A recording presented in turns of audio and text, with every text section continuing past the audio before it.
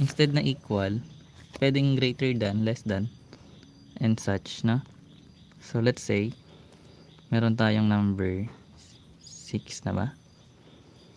So let's say meron tayong 3 raised to x, then ganito yung symbol, that is less than 9 raised to x minus 2.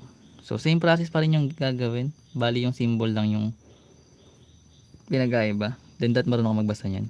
So parehasin yung bases. So pwede itong maging 3 squared, then x minus 2.